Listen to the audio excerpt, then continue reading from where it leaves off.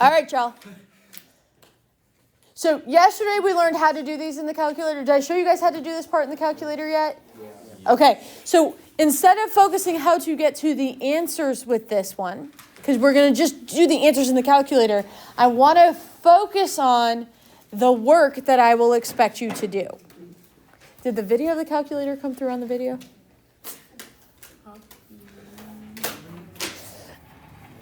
Okay, so here's what we're going to do.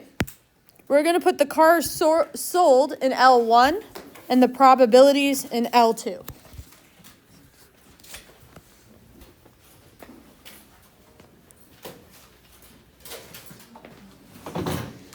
And what I'd like you guys to do is go ahead and find, using those one variable stats like we did yesterday, go ahead and find the mean and the standard deviation.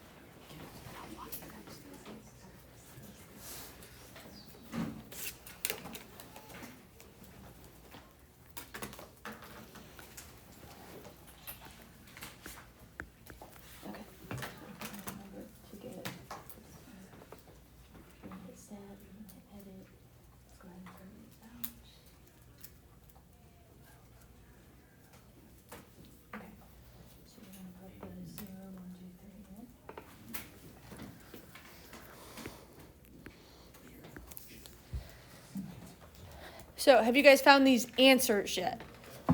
You should have gotten, I think it's like 1.1. Then it almost says like 0.94 maybe? Does that sound about right? 0.94?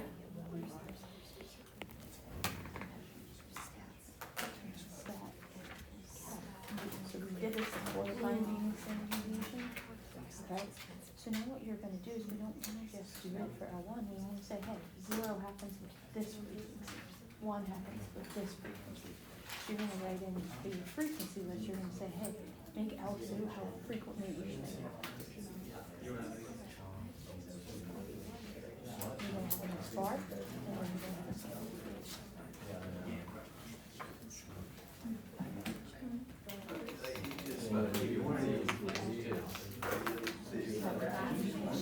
Okay, so guys, if this were the test and this were part A of a question, you would get a P on part A, which would knock your score down to a 3 out of 4 automatically.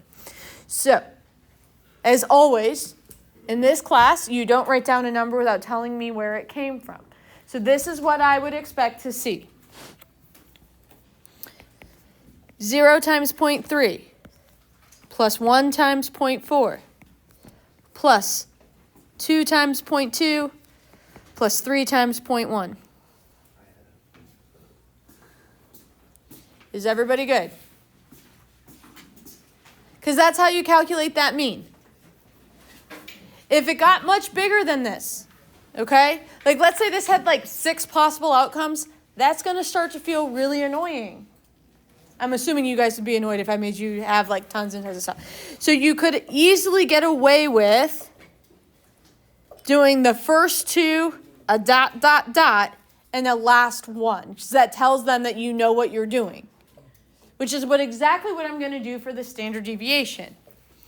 The formula, like I said, the formula for standard deviation is on your formula sheet, but it's going to look icky. It's going to look like this. Okay? So you'll have to make some sense out of it. What we do each time is, first of all, we take a square root. And technically what we have is a set of parentheses for each term.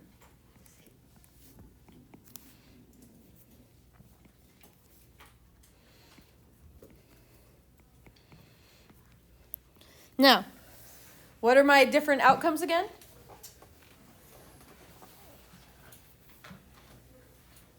What's my first possible outcome?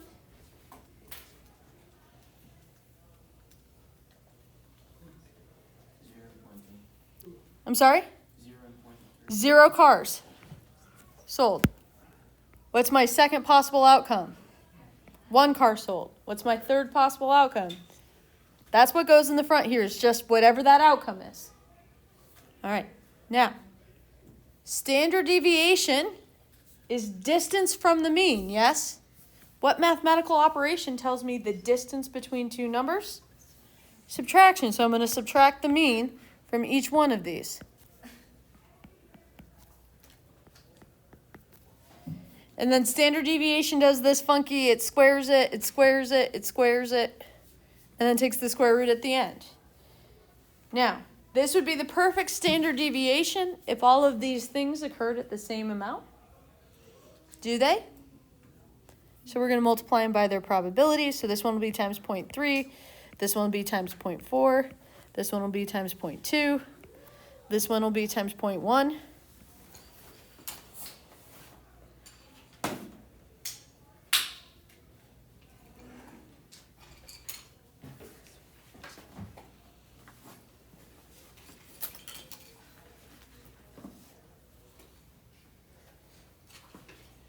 Is everybody okay?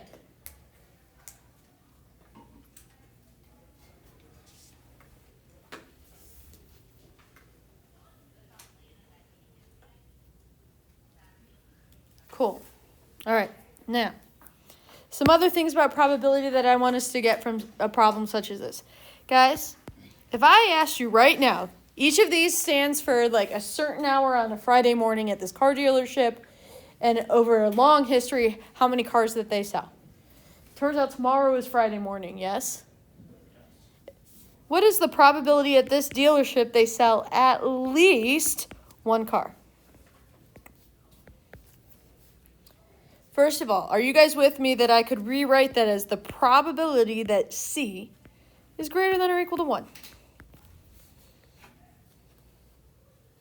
And using this table, can we find, in fact, the probability that C is greater than or equal to 1? What is it? I didn't hear anybody just give me a number that's nowhere written on the table, right? Everybody was like, what? 1 minus 0.3. So one way I could get to that is I can do 1 minus 0, because at least one thing happening is the exact opposite of 0 things happening. The complement to at least 1 is 0, yeah?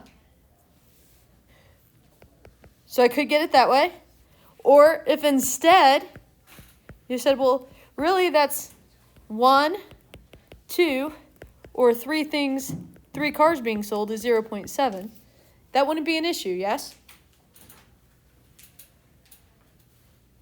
That's all we're really doing there. All right. Is that different from the probability C is greater than 1?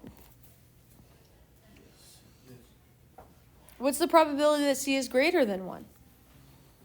1 minus 0.3 minus 0.4. Yep. Or I'm just going to do 0.1 plus 0.2 in this. It really doesn't matter how you think about it. That's just as good.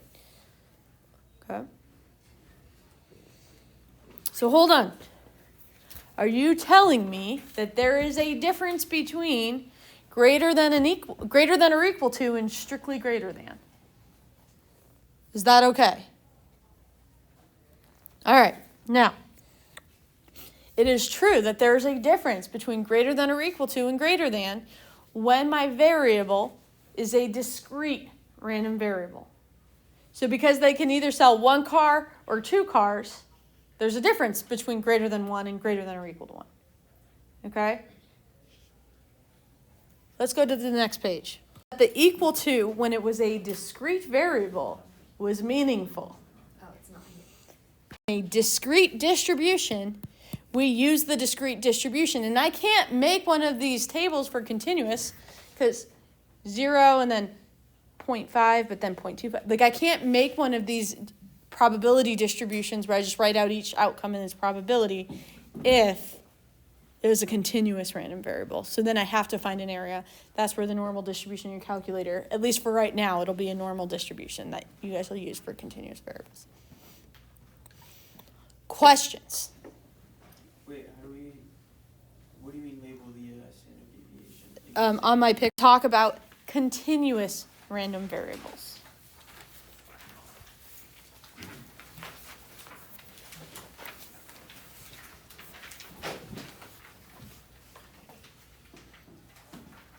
All right. And imagine, because this exists, there are random number generators that will give you random numbers, not just digits, whole, like numbers between 0 and 1. You guys, how many numbers are there between 0 and 1? An infinite amount. Because it could be 0.1, 0.11, 0.111, 0.111111111, and then 0.2 and 0.25 and 0.254 and 2.547 and 2.5478321. You guys with me? Infinite amount. And it turns out your calculator actually has one of these. If you just hit the rand button in that menu where we found rand int, it'll just start giving you random digits or random numbers in between 0 and 1 over and over and over again. Okay, so imagine we're doing that. What would the dot plot look like? I randomly generate a digit. Or not a digit. I randomly generate a number. It's that one. Okay, I'm going to do it again. You ready? That one. I'm going to do it again. You ready? That one. Tell me it was anywhere close. I was looking at Maddox the whole time. Okay, so that is starting to get a little bit bad, but you get the basic premise, yes? If I did this a gajillion times, whoa.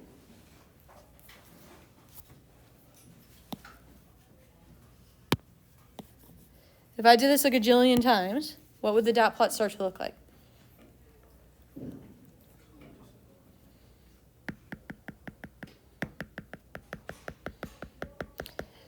Tell me, is 0.9 just as likely as 0.5?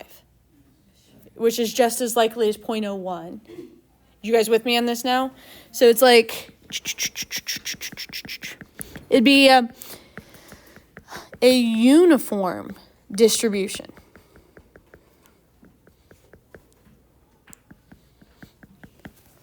Is everybody with me? Because is this a continuous or discrete variable this time? This is continuous. Okay, and if I chose to turn this into a histogram, wouldn't it just look like this? And guys, what goes on the vertical axis of a histogram? Frequency, or in this case, I'm going to put relative frequency, right? Okay. And what percent total should be in my histogram?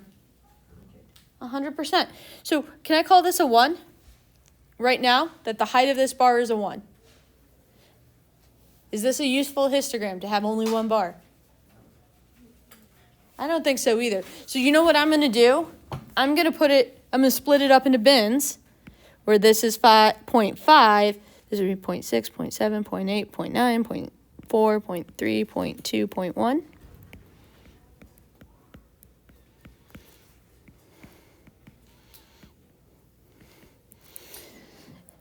And boom.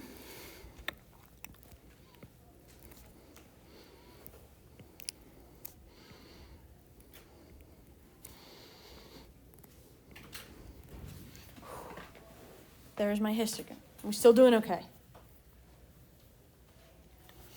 All right. And I just created these 10 bins. What percent of my possible responses, what percent of my outcomes are in each bin? 10%. Right? They're each 1/10, 10%. Yes?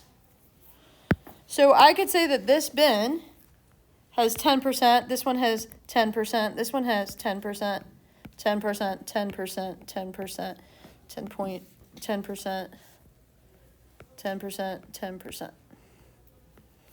Okay, you guys, do you notice that the area of each of these bins is in fact also 0.1? The width is 0.1, the height is 1. We find area by doing length times width, right? Okay, so now, if I ask you to find the probability that I randomly select one of these numbers, what is the probability that that number is between 0.3 and 0.7?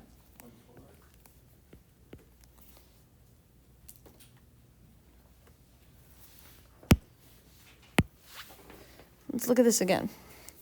Here's 0.3 to 0.7.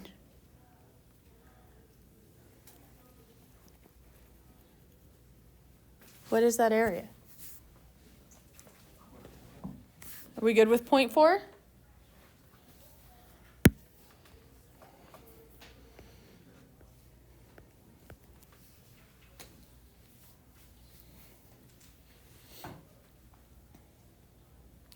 So, when we have a continuous variable, we find a curve that matches it. In this case, it's a flat line, okay? And we find area in between two values. You guys, this is the hardest question I'm going to ask you all day. What is the probability that 0.3 is less than or equal to x, is less than or equal to 0.7? It can't be because it's continuous, right? It could equal 0.3. Could we randomly get 0.3000000000000 0 Is it possible?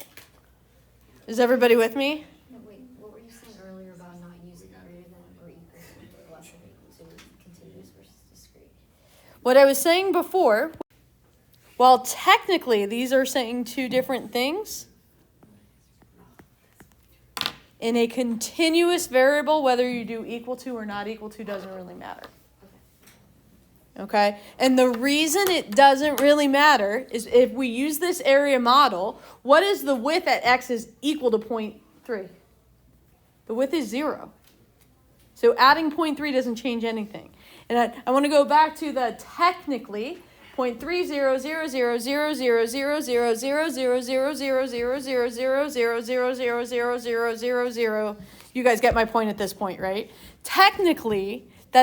0.3000000000000000000000000000000000000000000000000000000000000000000000000000000000000000000000000000000000000000000000000000000000000000000000000000000000000000000000000000000000000000000000000000000000000000000000000000000000000000000000000000000000000000000000000000000000000000000000000000000000000000000000000000000000000000000000000000000000000000000000000000000000000000000000000000000000000000000000000000000000000000000000000000000000000000000000000000000000000000000000000000000000000000000000000000000000000000000000000000000000000000000000000000000000000000000000000000000000000000000000000000000000000000000000000000000000000000000 outcome, is it going to change the probability whatsoever if I leave just that one tiny outcome out? Because it's only x equals 0.3 and x equals 0.7 that would be a thing. And those probabilities are so incredibly tiny that it doesn't matter. Okay? They're so incredibly tiny. So for a continuous variable, we do not worry about whether or not we are including those boundary points or not. For a discrete variable, we very much care about the boundary points and whether or not it's included or not. And that's going to come into play hugely when we start talking about binomial and geometric random variables, which is going to happen hopefully before Thanksgiving. Okay? Everybody good? All right. We have, in fact, talked about some continuous random variables before, so I want you guys to imagine that the heights of young women are, in fact, normally distributed with a mean of 64 and a standard deviation of 2.7. Hold on. Normally distributed with a mean of 64 and a standard deviation of 2.7. And we're going to call a variable y that we randomly select a young woman. So the minute we start dealing with, I'm going to randomly pick somebody, this becomes a chance process, which means we can attach a probability to it. If I ask you, what is the probability that that young woman I select is between 68 and 70 inches tall?